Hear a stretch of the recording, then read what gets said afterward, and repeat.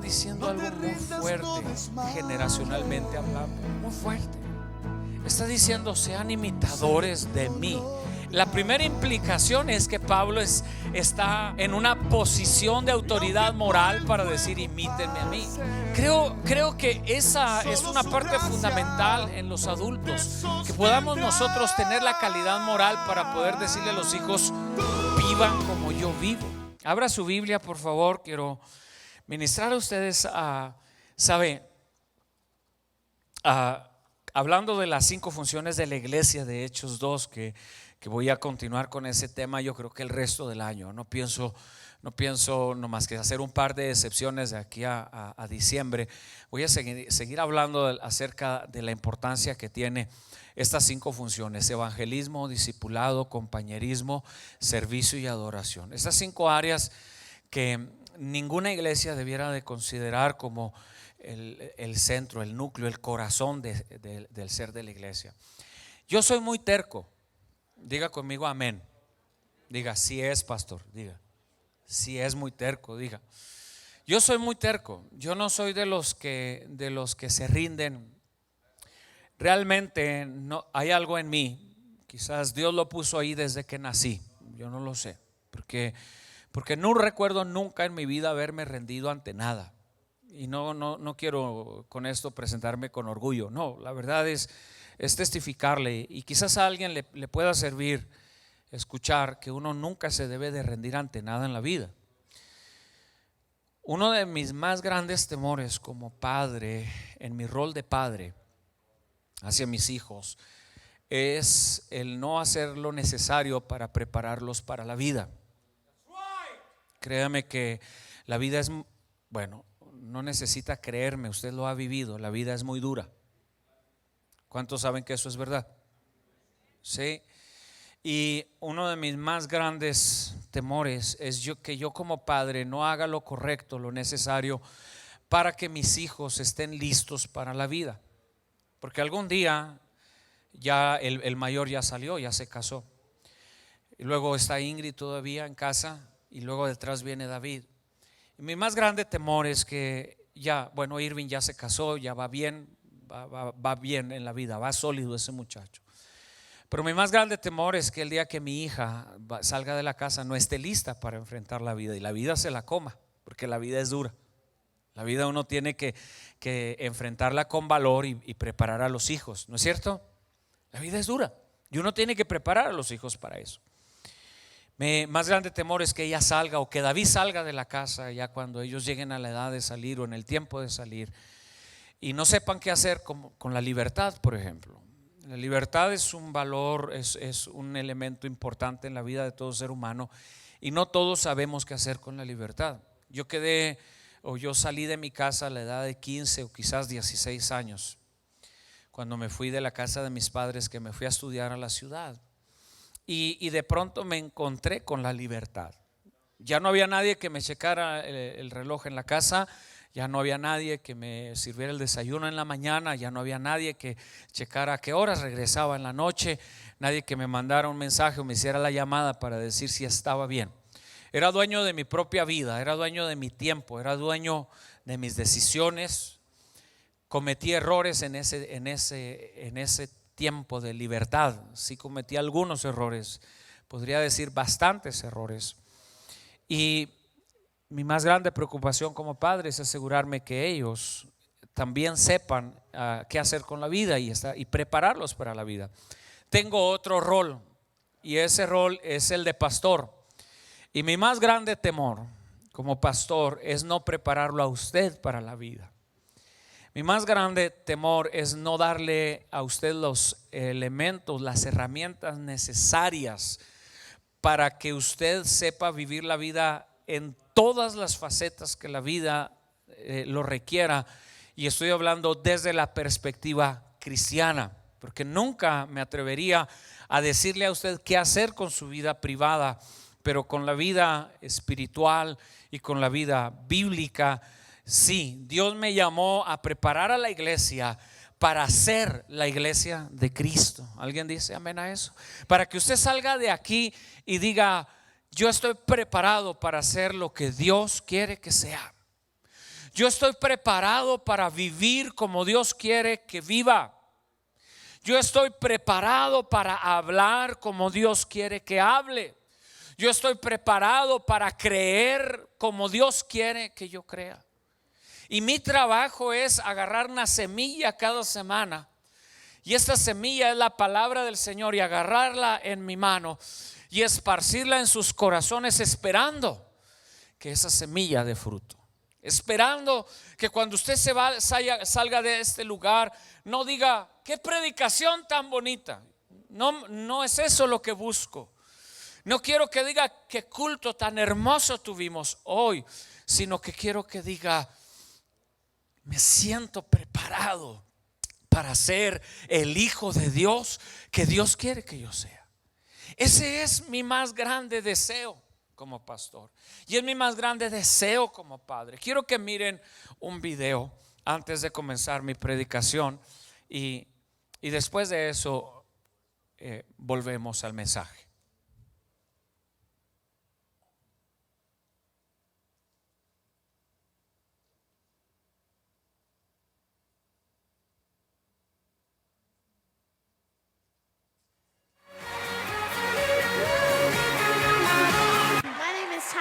First of all, I love your shoes so much. Thank you. How old are you, Tyler? I'm 11 years old. So it looks like you have the violin. When did you start playing violin? Well, I started playing the violin when I was 7.5. And what made you get into playing violin? I wanted to start playing the violin because I was being bullied in school. Oh, man. Do you know why you were being bullied? It's because I had cancer. I almost died. When I lost my hair, I was really sad and embarrassed at the same time to go to school. They used to make fun of me and laugh at me because I was different. They would spread rumors to say that my cancer was contagious, and they all wanted to stay away from me. One day, Tyler saw a flyer at his school, and it said, after school program, free violin lessons. He's like, Mom, I want to do it. Mom, I want to do it. I was like, but no one in our family plays an instrument. What, and the violin? I would just practice in my bedroom, and the more I did it, the better I got. Once he started that class, it was like a sunshine. He was just full of energy, happy. I was like, oh my God, I got my son back. Wow.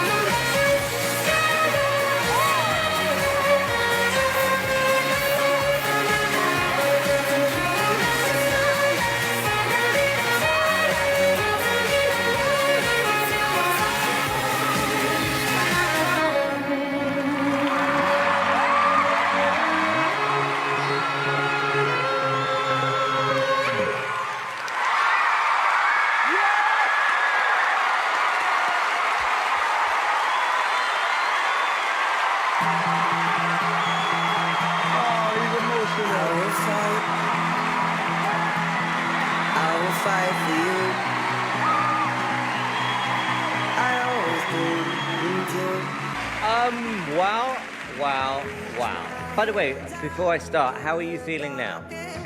I'm feeling really proud of myself. And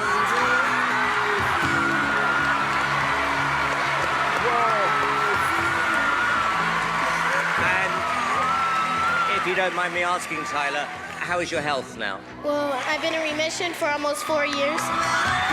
And I would like to say something on your behalf to the bullies.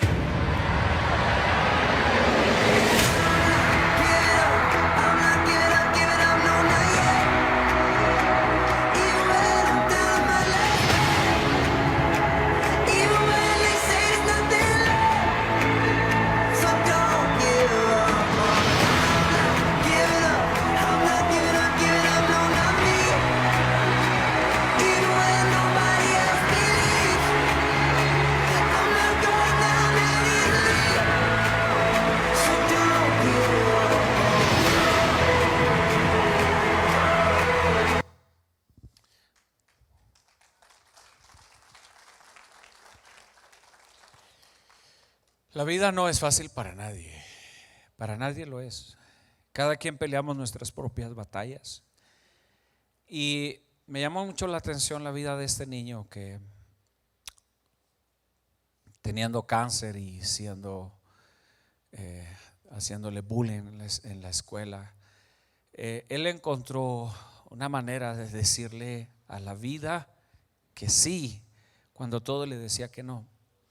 Y como dije ahorita al principio, mi más grande preocupación como padre es no preparar a mis hijos para la vida, y mi más grande preocupación como pastor de esta iglesia es no prepararlo a usted para la vida.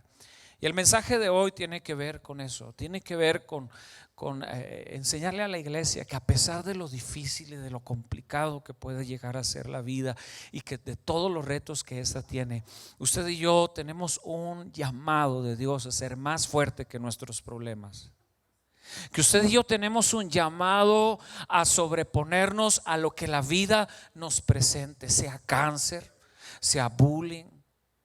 Que usted y yo tenemos un llamado de Dios a levantarnos ante cualquier circunstancia. Y este jovencito encontró en el violín una manera de reforzar aquella parte de su vida que necesitaba reforzar para realmente poder demostrarse a sí mismo. Me llama la atención que Simon le dice al final: tengo un mensaje para tus bullings, y pica y presiona el botón de oro. Yo quisiera cambiar ese pequeño mensaje para no solamente a decirle a los bullings, sino para decir a ti mismo: conquistaste tu propia vida, conquistaste tus temores, tus debilidades, conquistaste tus dudas, conquistaste tus malos hábitos, conquistaste tu carácter, conquistaste tus errores, conquistaste tu pasado. No para demostrarle nada más a otros lo que eres capaz de ser, sino para demostrarte a ti mismo que tú puedes ser la persona que Dios dice que puedes ser. Alguien dice amén esta mañana. Vamos a la escritura, Filipenses capítulo 3 verso 12.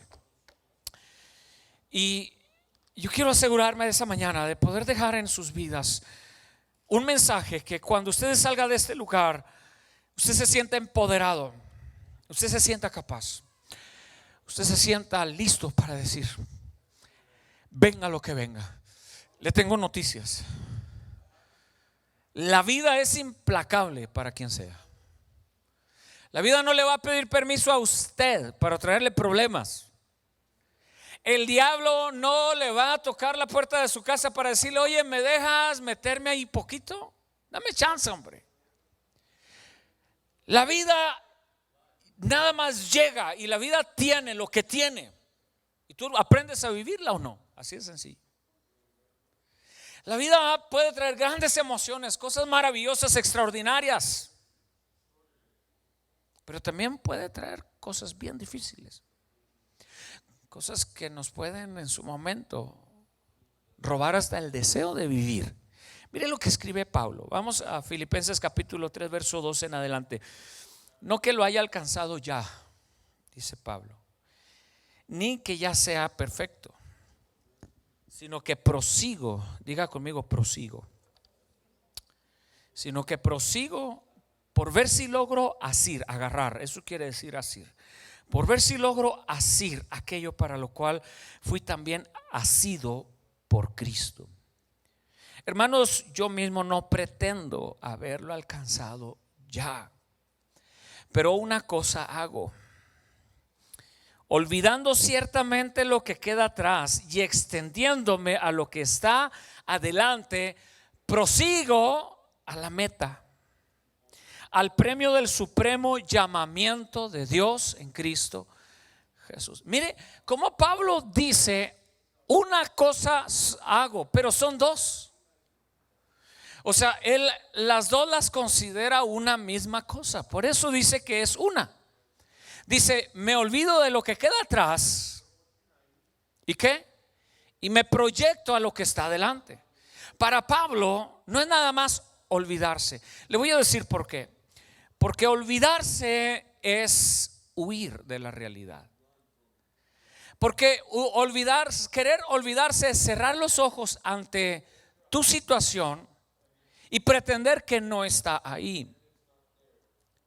Por eso Pablo las junta las dos y dice: olvidando lo que queda atrás, me proyecto a lo que está delante, pero las une en una sola cosa. Y él dice: es una sola cosa, porque no es suficiente con olvidar lo que queda atrás. Hay gente que solamente quiere olvidar lo que queda atrás. Quiere olvidar las heridas, los errores, quiere olvidar el pasado de quebrantamiento, pero no se está proyectando hacia adelante. Y al no proyectarse hacia adelante es querer olvidar para solamente huir. Es escapismo, se llama. En la psicología lo identifican como eso, como está tratando de escapar de una realidad de dolor, una realidad de fracaso, una realidad de debilidad, una realidad de heridas. Y hay gente que se dedica a huir toda la vida de su pasado. Vive todos los días huyendo de su pasado, huyendo de sus errores, de sus debilidades, pero no se proyecta hacia adelante. Y Pablo dice: yo me olvido de lo que queda atrás y lo junto con algo más, me proyecto hacia lo que está adelante. Mis hijos lo han oído tantas veces que lo valorarán cuando ya tengan sus otros hijos y tengan 40, 50 años, ¿verdad? Los papás ya sabemos eso, ¿no es cierto? Y hasta se los decimos: ya me valorarás cuando tengas hijos, ¿no es cierto? Sí. Ya las pagarás, ¿no? Pero es verdad, hay cosas que los hijos no valorarán. Pero lo he dicho hasta el cansancio, y uso una analogía o un símil, como se quiera llamarlo, de decir: cuando estás en medio de un problema y que tienes que superarlo, es dale vuelta a la hoja. Es un consejo que lo he dicho a mis hijos por siempre: dele vuelta a la hoja. Se pelean conmigo cada vez que se los digo, se enojan conmigo, se ofenden cada vez que se los digo, pero lo que les estoy diciendo es lo que la palabra del Señor dice: olvidando lo que queda atrás, me proyecto hacia lo que está adelante. Entonces hay momentos en tu vida que tú vas a tener que aprender a darle vuelta a la hoja. La vida no es perfecta, nunca lo va a hacer. Listo. Quiero decir a los jóvenes: yo ya tengo 46 años, me ha tocado vivir algunas cosas. Uno no puede arreglar ni un pedacito del pasado. Lo único que tiene que hacer es aprender a darle vuelta a la hoja. En otras palabras, es justamente lo que Pablo está diciendo: olvidando lo que queda atrás, me proyecto hacia lo que está adelante. ¿Qué sigue? Te equivocaste, ni modo, ¿qué sigue? Fallaste, ni modo, ¿qué sigue? Cometiste un pecado, pide perdón, ni modo, ¿qué sigue? ¿Hacia dónde tienes que moverte? ¿Qué es lo siguiente que tienes que hacer para intentar no arreglar el problema del pasado? Porque ya no se podrá arreglar muchos de ellos, sino cómo corregir tu futuro. Cómo moverte hacia algo nuevo, hacia algo fresco, hacia algo que te lleve a ser la persona que quieres ser y a tener la vida que quieres tener. Porque qué bueno sería que usted y yo pudiéramos regresar un poquito en la máquina del tiempo. ¿Cuántos se acuerdan de la película Volviendo al Pasado? ¿Sí?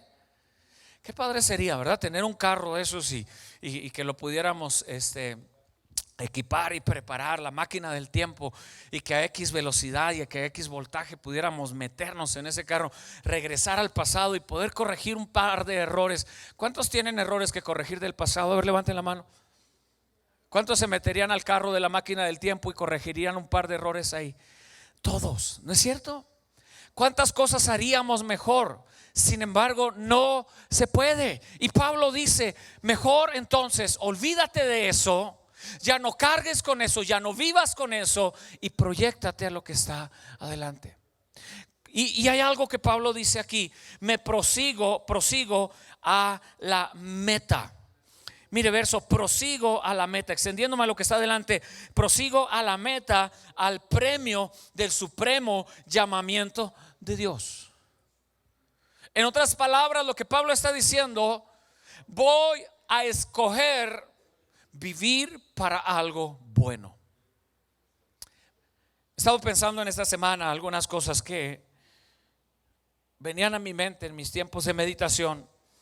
Y una de ellas es: ¿qué es el daño que le hacemos a las nuevas generaciones con enseñarles las cosas de Dios? Observo a veces algunos jóvenes y sobre todo a las nuevas generaciones.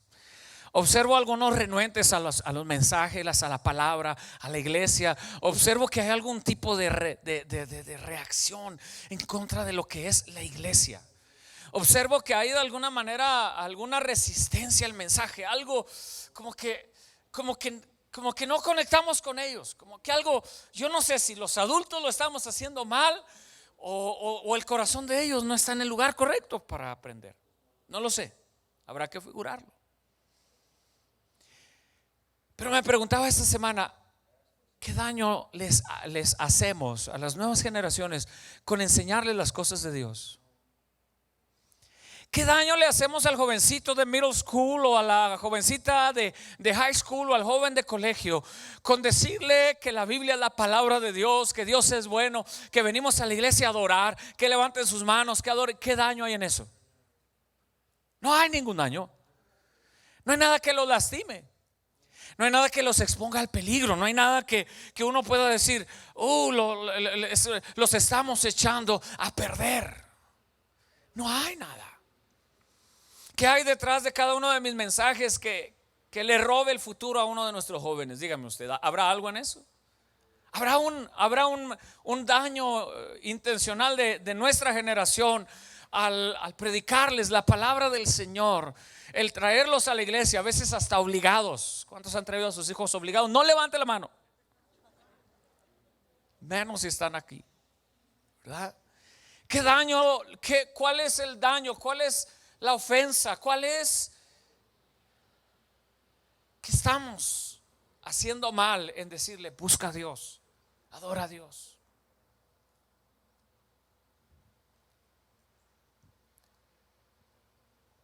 Porque quizás a golpes, porque quizás a gritos y a sombrerazos hemos aprendido, ¿no es cierto, Ponchito? Porque quizás con golpes de la vida, porque quizás con errores personales cometidos hemos ya pasado por ahí. Y queremos decirle a esta nueva generación, por favor, no cometan los mismos errores que cometimos nosotros. Prosigue mejor hacia la meta. ¿Cuáles son tus sueños? ¿Qué es lo que quieres lograr en la vida? ¿A dónde quieres llegar? ¿A dónde va tu vida? ¿Cuál es tu meta? Quizás algunos ni siquiera la definimos a tiempo. Muchos de nosotros nomás nos fuimos a la vida así como de cuernos, así de, ¿no es cierto? Quizás a muchos de nosotros nomás ya tienes que trabajar. Pues bueno, voy a trabajar. Y nos metimos a trabajar y le dimos a la vida. Y donde se abría un espacio, ahí vamos para allá. Y donde se abría otro, ahí vamos para allá. Yo estudié 3 años de contabilidad y administración. Y la verdad es que amo los números, me encantan los números, me fascinan los números. Me fascina esa área, la disfruto muchísimo. Pero mi pasión era el ministerio. Mi pasión era predicar, mi pasión era servirle a Dios. Yo me miraba hablando a la multitud, me miraba hablando en la iglesia, siempre ese era mi sueño, mañana, tarde y noche. Eso despertaba soñando, eso me acostaba pensando. Pero en la toma de decisiones muchas veces ni aún así vamos perfilados en el rumbo que queremos. Y saben una cosa, a veces no quiero decir que está bien, pero es normal. Es más, no quiero decir que es normal, es común que la gente viva sin saber qué quiere de la vida. Yo estoy bien seguro que si yo le preguntara aquí a adultos, olvídense de los jóvenes todavía están en una etapa en la que a lo mejor todavía no logran definirlo. Y it's okay. Algunos sí, gloria a Dios por aquellos que ya tienen perfilado su futuro. Gloria a Dios por ellos. ¿No es cierto? Yo a veces me encuentro con jovencitos de 12, 15 años que ya saben que van a ser, quieren ser doctores, quieren ser arquitectos. Ya saben, ellos ya lo tienen perfilado. Ya de ahí en adelante nomás dedican su vida para lograrlo. Y uno dice, wow, gloria a Dios. Pero la verdad es que otros empezamos bien tarde y algunos no han empezado. Si no puedes decir amén, diga ouch. ¿Verdad? Algunos empezamos tarde y otros ni siquiera han empezado. Para saber qué quiere de la vida, cómo quiere pasar el resto de su existencia aquí en la tierra, qué quiere lograr, qué quiere ser, dónde va a estar su vida en 5 años, dónde va a estar, qué va a estar haciendo, qué quiere lograr, cuáles son sus metas, sus sueños a 10 años, qué va a estar haciendo, ya va a estar retirado, ya va a tener $1 millón en la cuenta de banco, qué va a tener. ¿A dónde vas? ¿A dónde va tu vida? ¿Cómo te miras cuando tengas mi edad? Algunos ya me pasaron, pero déjenme les pregunto a los que vienen poquito atrás. Tengo 46 años. ¿Qué vas a estar haciendo y cómo te ves? ¿Qué te ves haciendo a los 46 años de edad? ¿Cómo va a estar tu vida trazada? Por eso Pablo dice, me proyecto a la meta. ¿Cuál es tu meta? Si no la tienes, tienes que empezar a buscar respuestas a esa pregunta. ¿A dónde va tu vida? Tienes que empezar a buscar respuestas hoy. Yo no te la puedo dar. Lo siento mucho porque cada uno tiene una vida diferente. Si algo les he dicho a mis hijos, en este caso a Irving y a Ingrid, ya desde la adolescencia para acá, es no espero lo mismo de cada uno. Cada uno es diferente. Los papás cometemos el error de comparar a los hijos. Los hijos son completamente diferentes, tienen sueños diferentes, metas diferentes. Y los papás cometen a veces el error de decir, ¿por qué no eres como tu hermano? ¿Por qué no eres como tu hermana? Porque no es su hermano. Porque no es su hermana, piensa diferente. Siente diferente, tiene sueños diferentes, ha madurado diferente, ¿verdad? Pero lo que sí tenemos que empezar a perfilar es ¿qué es lo que quieres de la vida? ¿A dónde vas? ¿Cuál es el rumbo que quieres que tu familia tome? Eso es lo que Pablo dice. Me olvido de lo que queda atrás, me proyecto hacia lo que está adelante. Y dice la meta y dice el premio. ¿Qué le dicen esas dos palabras? Le dice meta es llegar a donde quieres llegar, premio es la recompensa por haber llegado.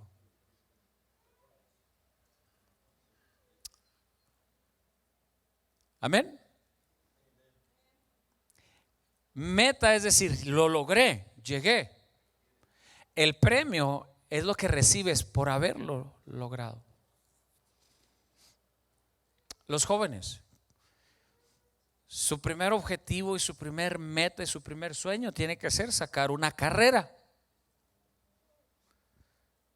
Después podrán tomar otra clase de decisiones, después podrán pensar en familia, en hijos, después podrán pensar en proyectos de negocios, después, pero hoy por hoy, en esta etapa de la vida de un joven, su primer objetivo tiene que ser sacar una carrera, graduarse, obtener un título, quizás un associate, y después moverse al bachelor degree, y después moverse a un master y moverse a un doctorado, lo que quieran.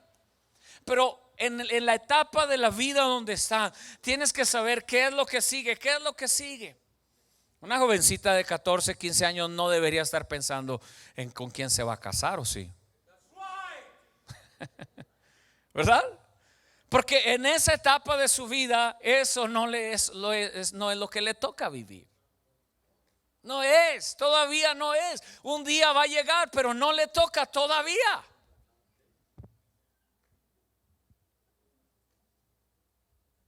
Los padres que tenemos hijos todavía a nivel de escuela, que tenemos hijos en las escuelas, desde colegio, lo que sea, sabemos y entendemos que todavía no nos podemos comprar el carro deportivo que queremos. Hello. ¿Sí? Porque esta es la etapa de la vida en la que estamos proveyendo para ellos. Después nos vamos a dar nuestros gustos, ¿verdad, hermana? Después vamos a poder hacer los viajes. Ahora, quizás usted mira un video en la televisión, en los programas que dice: ¿por qué esperar hasta mañana? Pues porque no tengo dinero para hacer las dos cosas, Señor. Sencillo. En esta etapa tengo una familia que sacar adelante. Esa es mi responsabilidad. Esa es la etapa que Dios me tocó, que Dios quiere que yo viva. Y algún día voy a llegar a la meta. Y algún día mis hijos se van a casar. Gloria a Dios. ¿Verdad? Pero mi meta ahora es que ellos terminen sus escuelas, saquen una carrera y poder decir: ok, cuando ellos se gradúen, cuando los tres hayan graduado de la universidad, yo, es lo que dijo, lo que Pablo dice es: prosigo a la meta, llegué a la meta. Y mi premio va a ser verlos a ellos con un título, ya buscando su propio rumbo de vida. Mi premio va a ser mirarlos a ellos teniendo éxito para aquello para los que los preparé para tener éxito. ¿Cuántos están entendiendo el mensaje esta mañana? Para eso Pablo dice: prosigo a la meta. Luego vienen las otras etapas en las que tenemos que aprender qué quiero de esta etapa de la vida. ¿Cuántos ya no tienen hijos en casa? Levanten la mano los que ya no tienen hijos en casa. Levántela bien, pero no llore. ¿Sí? La pregunta es: ¿cuál es la siguiente meta que tienes? ¿A dónde va tu vida en esa etapa de tu vida? Porque no podemos adelantárnosle a la vida, no podemos quererle ganar a la vida. Señores, no podemos ganarle a la vida, porque va a llegar el momento en que estemos viejos. Va a llegar el momento en que las fuerzas físicas se nos acaben y vamos a llegar con un sentimiento de fracaso, porque sentiremos que no logramos nada en ella. Pero si sabemos hacia dónde vamos y entendemos que en esta etapa mi objetivo es llegar de aquí a allí, y yo tengo que preguntarme: ¿qué tengo que hacer? ¿Cuántos pasos tengo que dar para llegar de donde estoy a donde quiero estar? Y saber que en ese momento logré mi meta. Jóvenes, voy a comenzar por ahí. Vive la etapa que te toca vivir hoy y no te adelantes a la vida. Espera los procesos de la vida. Papás, personas adultas, sea cual sea la etapa de tu vida en la que estás viviendo, tienes que aprender a vivirla y tienes que saber cuál es la meta de esa etapa. Porque si siempre sigues soñando con ese viaje a Europa, a Francia, y dices: ya me vi en la Torre Eiffel tomándome una selfie, ¿verdad? Cuidado, porque muchos se han caído tomando selfies de ahí. ¿Ah? No va a ser que te caigas antes de llegar a la Torre Eiffel. Entonces, a lo mejor todavía no puedes llegar a la Torre Eiffel. A lo mejor todavía, quizás sí, gloria a Dios. ¿Verdad? O si puedes, pues me invitas. ¿Verdad? Quizás si puedas llegar a Europa, quizás si puedas comprarte el carro deportivo del año que te quieres comprar, quizás tienes las posibilidades de hacerlo, gloria a Dios, hazlo. Pero coloca tu vida en base a metas y coloca tu vida en base a los rewards, a los premios, para que vayas sintiendo la gratificación que tiene cada una de las etapas de la vida. ¿Cuál es el siguiente reward? Porque si la meta está nada más en allá, decir: allá voy a comprarme ese carro. Y Ingrid, cuando estaba más pequeñita, me preguntó, cuando estaba por allá en middle school, nos paramos en un semáforo y estaba un viejito, ya muy viejito, en un carro deportivo de esos así convertibles, ¿verdad? Hasta le quitó la parte de arriba y ahí estaba el viejito. Y estábamos en la camioneta, Ingrid volteó y lo miró y me dijo: papá, ¿por qué los viejitos se compran esos carros? Dijo: esos carros son para los jóvenes. Y le dije: hija, yo te voy a decir por qué. Porque cuando uno está joven no se los puede comprar. Porque tiene que comprarle unos zapatos a los hijos, pagarle las escuelas, porque tiene uno que proveer para ellos. En esa etapa no nos interesa a los papás nada, nomás que sacar a los hijos adelante. Si fuéramos suficientemente egoístas, nos comprábamos el carro, ¿verdad? Y que los hijos anduvieran ahí todos. Pero no, porque entendemos que la vida tiene etapas y que esas etapas tienen que tener metas y que esas metas tienen que tener premios. Y cada etapa tiene sus metas y tiene sus propios premios.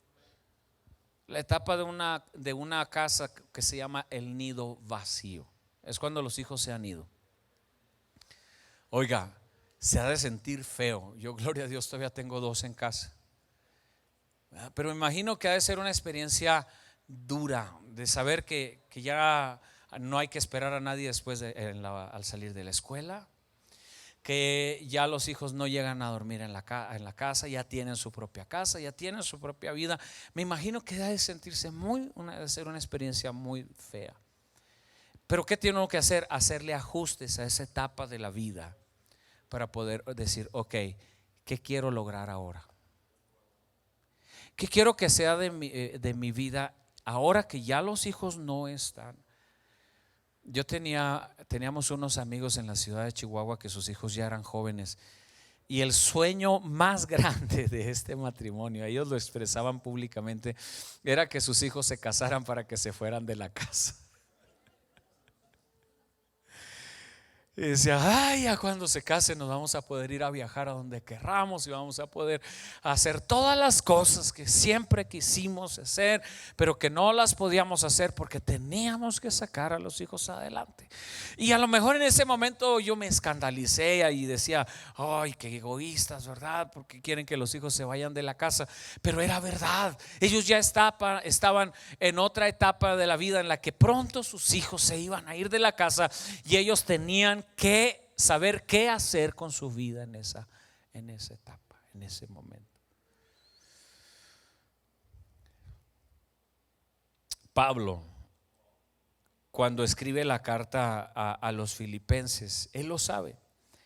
Y él dice: prosigo al premio del supremo llamamiento de Dios en Cristo Jesús. Pero mire verso 15: así que todos los que somos perfectos, levanten la mano los perfectos, a ver. Hello. No vino nadie.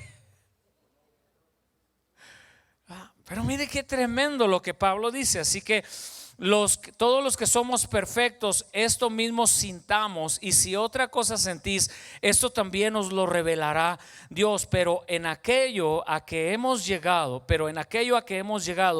sigamos una misma regla, sintamos una misma cosa.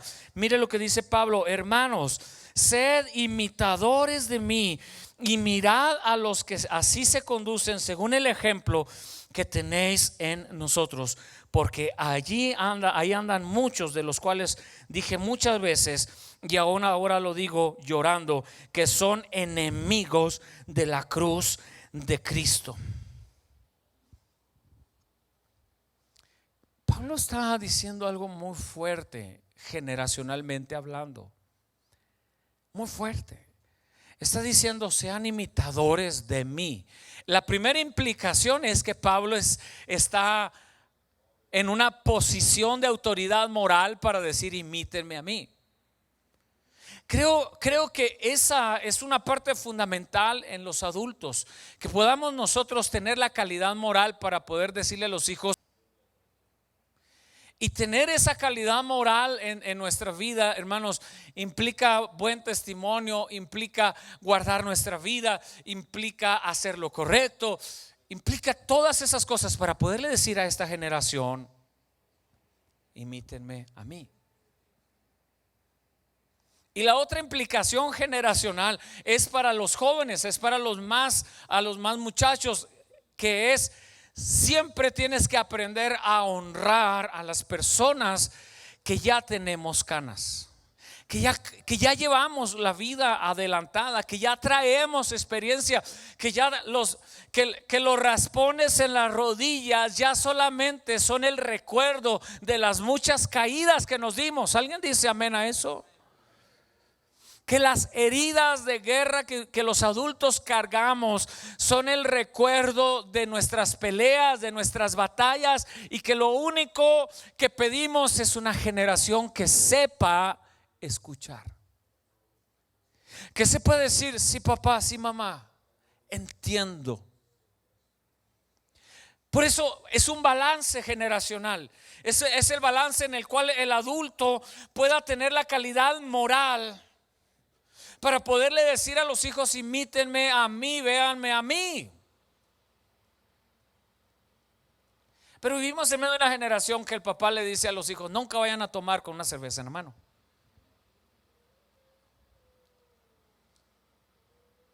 ¿Sí? O le dicen a sus hijos: hijos, fumar mata, pero traen el cigarro en la mano. Y no hay calidad moral para dar esa instrucción. No hay la calidad moral. O le queremos decir a los hijos que sean ordenados, que sean limpios. ¿Cuántos batallan para que los hijos sean ordenados y limpios? Pero no damos ejemplo de vida en limpieza y en orden. Entonces no hay calidad moral, no hay una meta, no hay un decir: oh, es verdad, mamá y papá vive así, yo voy a vivir así. No la hay. Y al no haber esa conexión generacional, perdemos los adultos el derecho de exigir.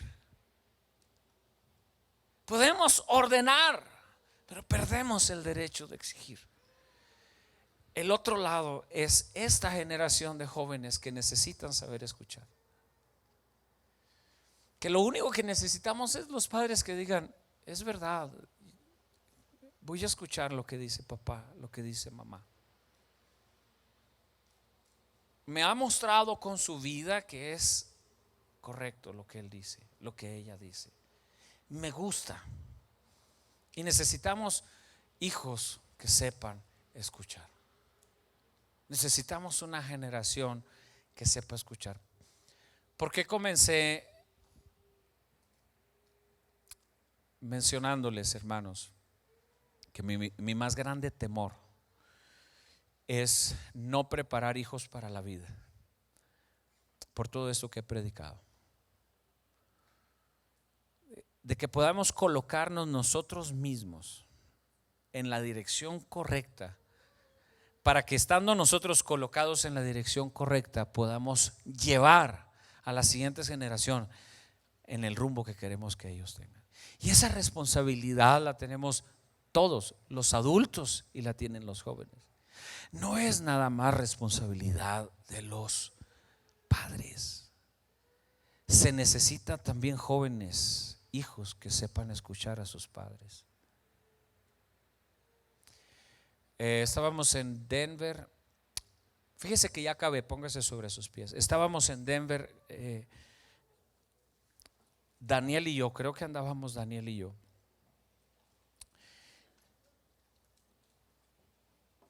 Y entre un evento y otro que yo tenía agendados ese día, fuimos a cortarme el pelo en algún lugar. Llegamos a esta barbería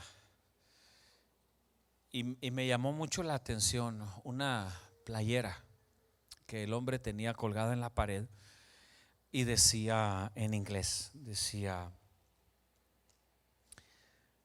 Generation X, we owe you nothing. Me llamó mucho la atención que decía esa, nunca se me olvidó. Decía: Generación X, no te debemos nada.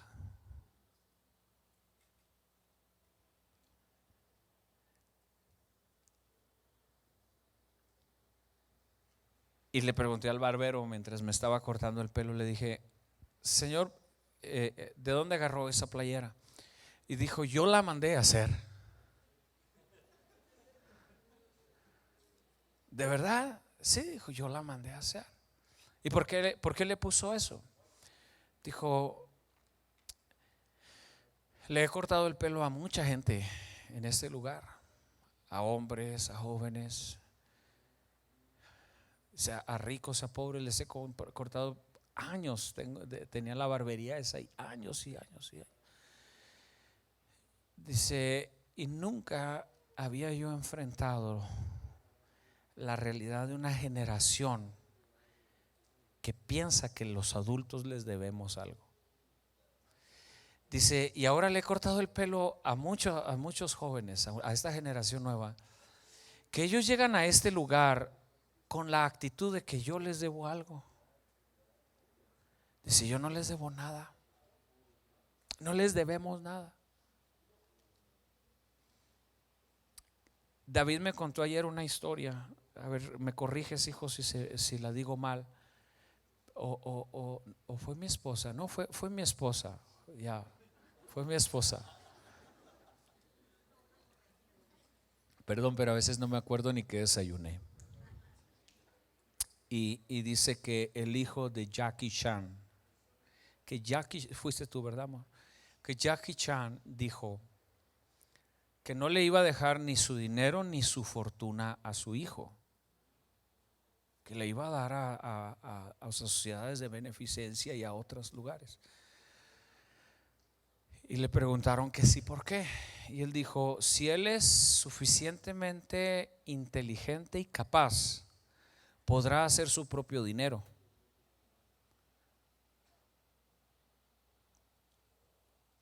Y si no, se va a malgastar el mío.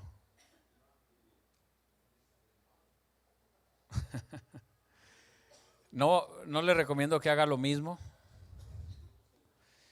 pero piense en eso. Me gustó, de alguna manera se quedó impregnada la historia en mi cabeza, porque yo creo que es verdad, no les debemos nada. Y no quiere decir que no cometimos errores, tenemos un montón de errores. Pero creo que esas nuevas generaciones tienen que estar preparados para enfrentar su propia vida y cometer sus propios errores. Y que nuestro trabajo no va a ser esperar a que ellos fracasen para decir, te dije. No. Sino poder estar ahí para decirle, ok, te equivocaste. Fíjate que yo también me equivoqué una vez en la vida, pero salí adelante. Levántate y sal. Dale. Pero fue un error bien grave, bien grave. Sí, yo también me cometí un montón, nomás que me daba vergüenza platicártelos. Pero levántate y sal adelante. Pero no levantemos una generación que piensa que le debemos algo. Preparémoslos para la vida. Y con este mensaje yo lo estoy preparando a usted para la vida, diciendo, vamos, prosiga a la meta. Amén.